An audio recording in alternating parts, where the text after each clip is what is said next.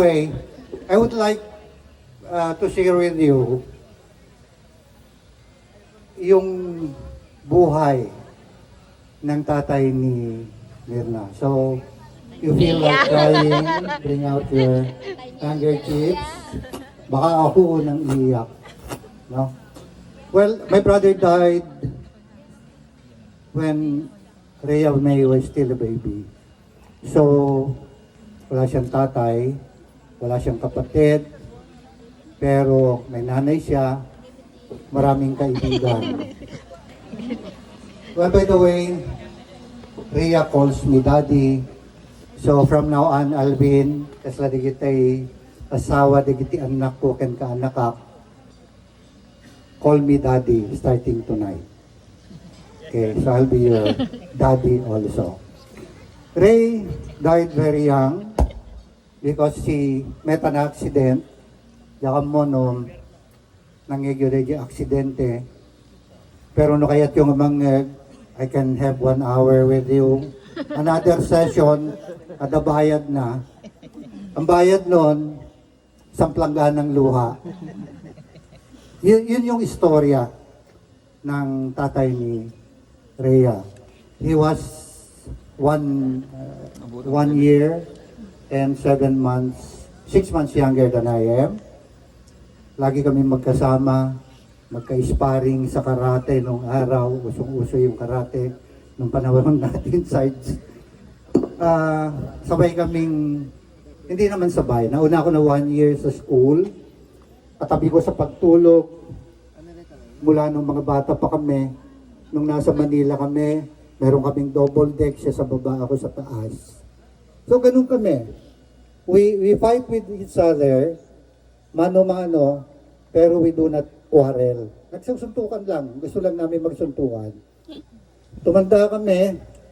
Katapos ng pag-aaral, si Ray nagkaroon ng master's degree. Nagturo ng konti. Tapos, he came home to Ilocos. And he met Mirna after so many other girlfriends. Yun yung kwento nung kapatid ko. Namatay siya dahil may ginawa siyang hindi niya dating ginagawa. So that was it. Rhea was still a baby. So now I say to Alvin, so lumaki si Mirna, si Rhea. I'm sorry. Walang kapatid, walang tatay, pero maraming kaibigan.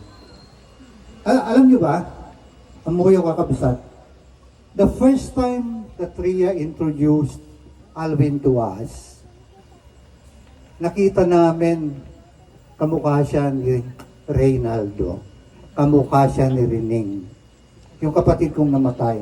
Only that, not be offended, maputi yung kaibigan ko, matangkad, mas matangkad pa sa akin. Guwapo talaga. Guwapo talaga. So, sabi ko nga, bago niya na-meet si Mirna, marami naging past tense. So, past tense na yan. So, when he died, hindi na namin masyadong nabantayan. Yung mag-ina kasi, umuwi na sila sa bahay.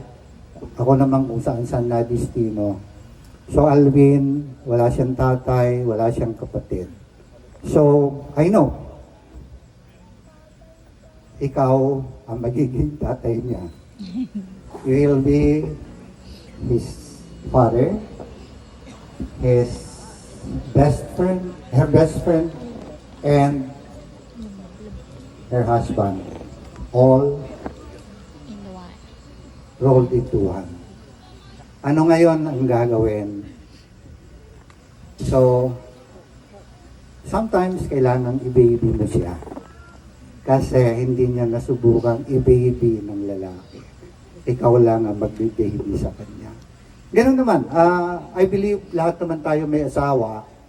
There are times na yung asawa natin, yung babae, minsan, even yung lalaki, gusto nila na-baby once in a while. So, do that.